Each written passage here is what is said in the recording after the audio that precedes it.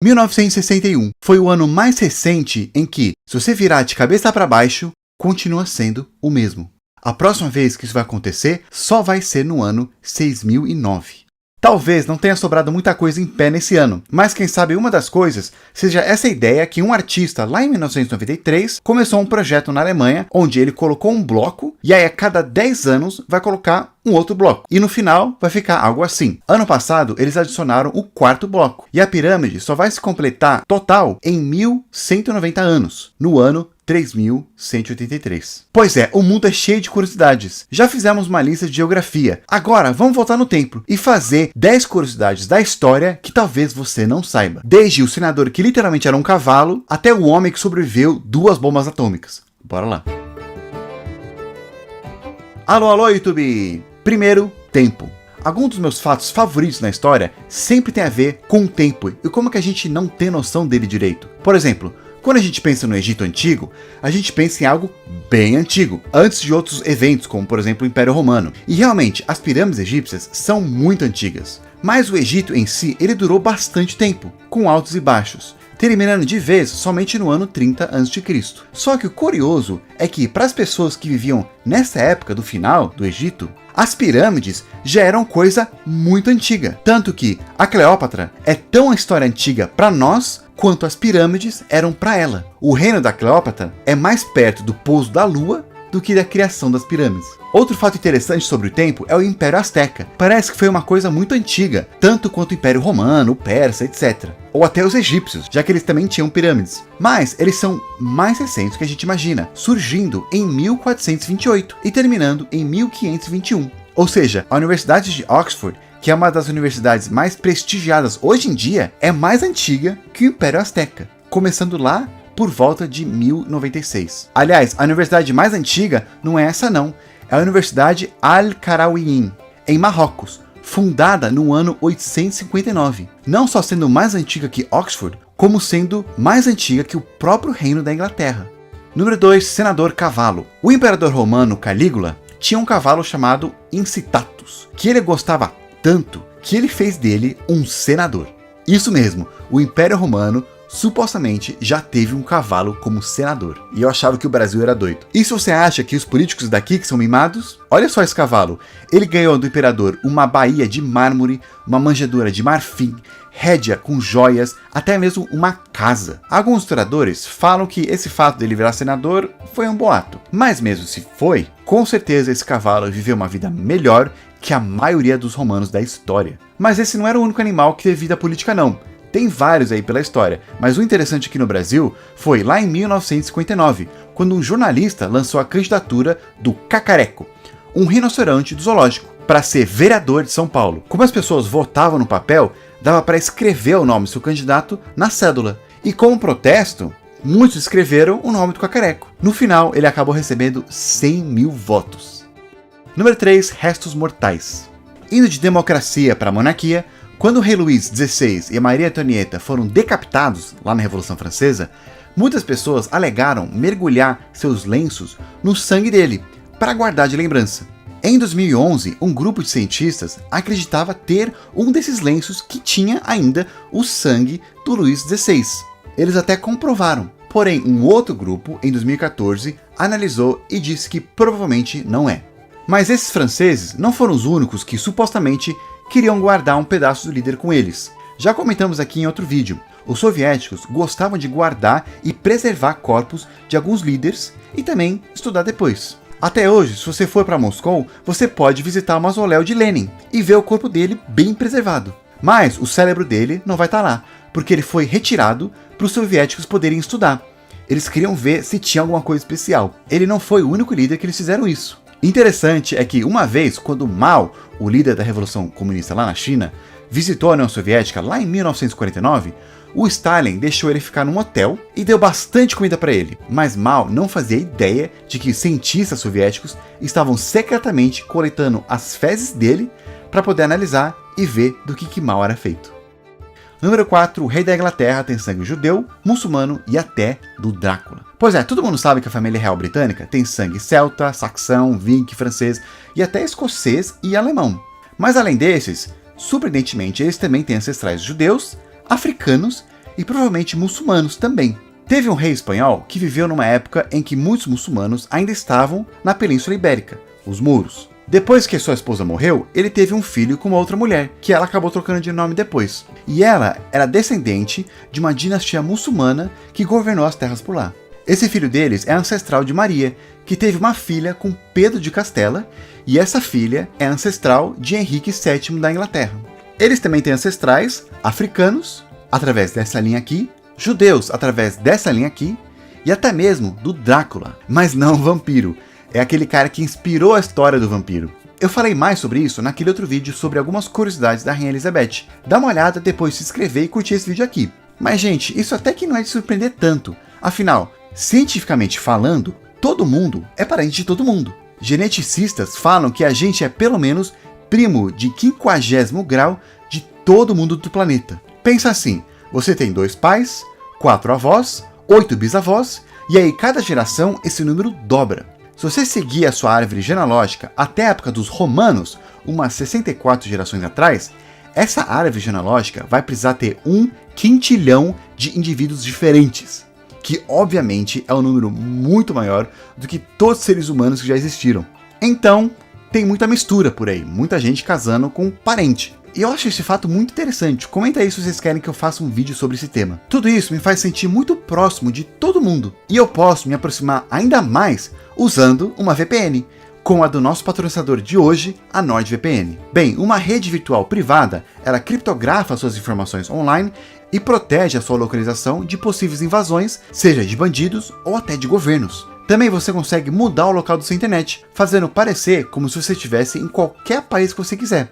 Você pode até assistir o catálogo da Netflix de outro país. Isso me ajudou bastante quando eu estava estudando japonês e eu queria ver toda a minha Netflix em japonês. Então, além de proteção, você consegue ver a internet como se estivesse lá. E também você consegue entrar em sites que talvez sejam bloqueados em algum país que você estiver. A NordVPN está oferecendo 4 meses extras para quem se inscrever no plano de 2 anos. Você também tem 30 dias para testar e se quiser cancelar tudo, recebe seu dinheiro de volta. Dá uma olhada clicando no link que eu coloquei na descrição e no comentário fixado. Aproveitando a VPN, vamos agora para a África e ver o número 5, a guerra mais curta da história. Indo para a Tanzânia e voltando 128 anos atrás, tinha um sultanato chamado Zambizar. E em 1896 eles tiveram a guerra mais curta da história. O que foi isso? Na época, quem mandava por trás de tudo era, para variar, o Império Britânico. E eles tinham um acordo com o sultanato de lá que todos os novos sultões tinham que ser aprovados pelos britânicos. Aí o sultão, que era amigo deles, acabou morrendo. E entrou um outro que os britânicos não gostaram. O sultão que assumiu ignorou isso e começou a se armar. O Império Britânico considerou isso como um ato de guerra. E eles deram um ultimato para o sultão sair. Senão, eles iriam invadir. Às 9 horas da manhã, o ultimato expirou.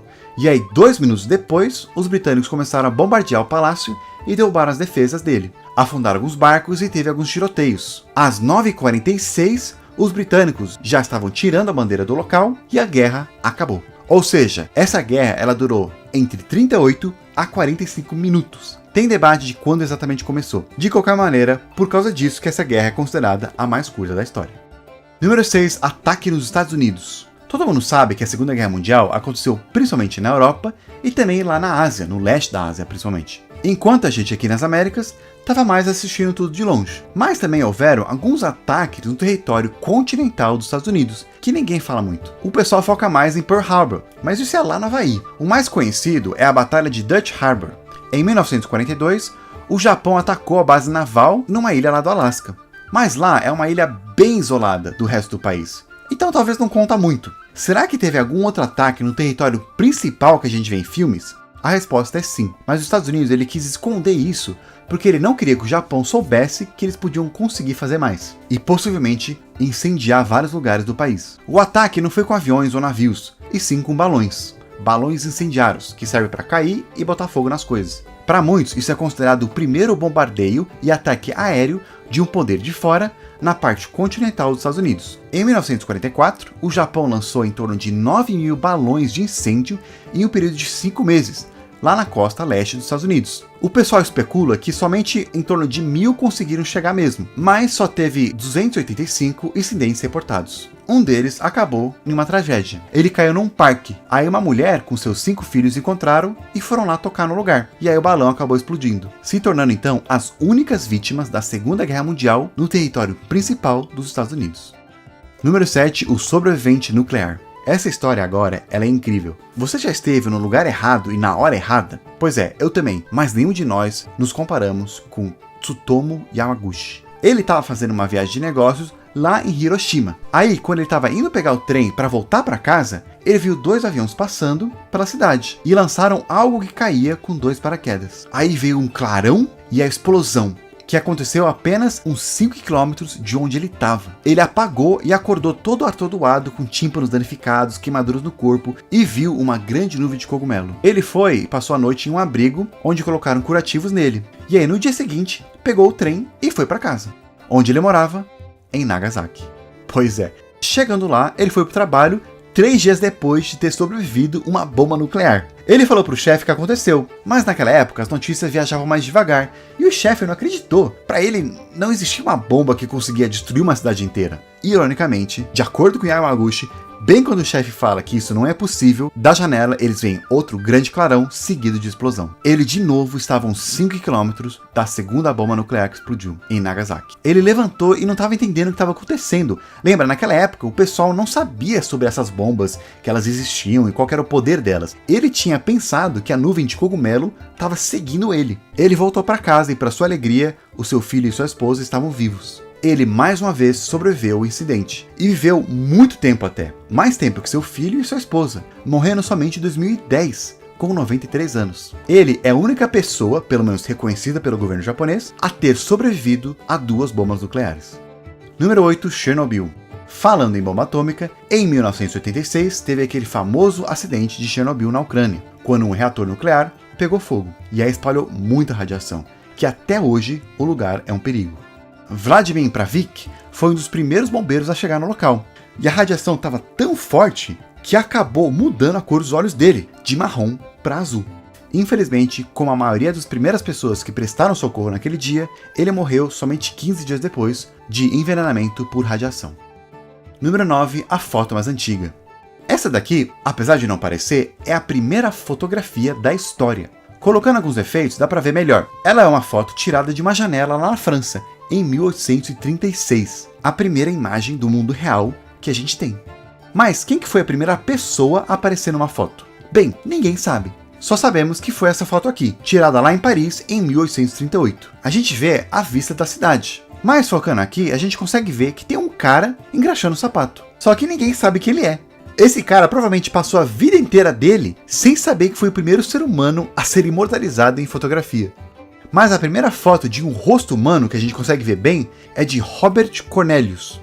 Mas tem gente que nasceu bem antes desse cara e que a gente tem a foto dessa pessoa. Uma delas é esse cara aqui, César, um escravo dos Estados Unidos. A foto foi tirada em 1851, mas atrás diz que César nasceu em 1737, ou seja, ele tinha 114 anos quando essa foto foi tirada. Mas infelizmente a gente não consegue confirmar isso oficialmente, o que faz com que essa outra foto seja a foto da pessoa mais velha confirmada que a gente tem, um sapateiro inglês chamado John Adams, que nasceu em 1745. Gente, ele tinha 22 anos quando o pai de Dom Pedro I nasceu, e a gente tem a foto dele. E para finalizar, vamos falar da história perdida, aquela que não está registrada em fotos nem livros e a gente acabou perdendo. O ser humano ele surgiu aproximadamente mais de 200 mil anos atrás, mas a gente só começou a escrever uns 6 mil anos. Ou seja, cerca de 97% da história da humanidade se perdeu. Também tem muitos escritos que se perderam por causa de guerras, fogos ou o tempo apagou mesmo. Então tem muita coisa sobre nós mesmos que a gente não sabe e é bem provável que nem vamos saber.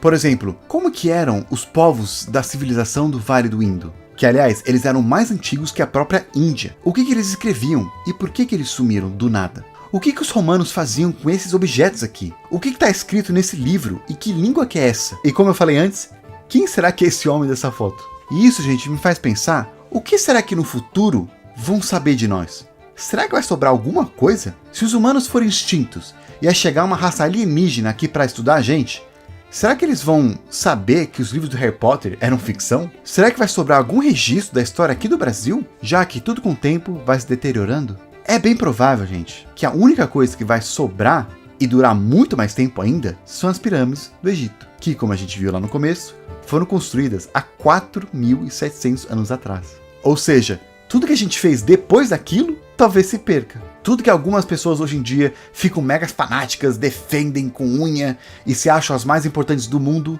vai se apagar e uma hora ninguém vai lembrar. Por isso que eu me esforço em viver de uma maneira em que eu seja um impacto positivo para algumas pessoas, seja para meus amigos, família ou vocês aqui no YouTube. Desse jeito, mesmo que no futuro não exista mais nada do plano piloto, pelo menos o tempo que eu existi, eu consegui inspirar algumas pessoas. Olha só essa lança feita uns 13 a 15 mil anos atrás. Ela mostra um tipo de cabra aqui na ponta e tem algo saindo atrás dela. Para alguns, ela está tendo um filho e para outros, é fezes. Então, assim como alguns arqueólogos, eu gosto de pensar que essa é a primeira piada que a gente tem evidência. E eu acho muito legal pensar que 15 mil anos atrás, algumas pessoas deram risada por causa de uma lança pequena com uma cabra defecando. E obrigado por participar desse nosso tempo aqui na Terra. Não desperdice ele não sendo inscrito no canal. E assista também os outros vídeos. A gente tem bastante conteúdo aqui. E por enquanto eu vou ficando por aqui. Nos vemos na próxima.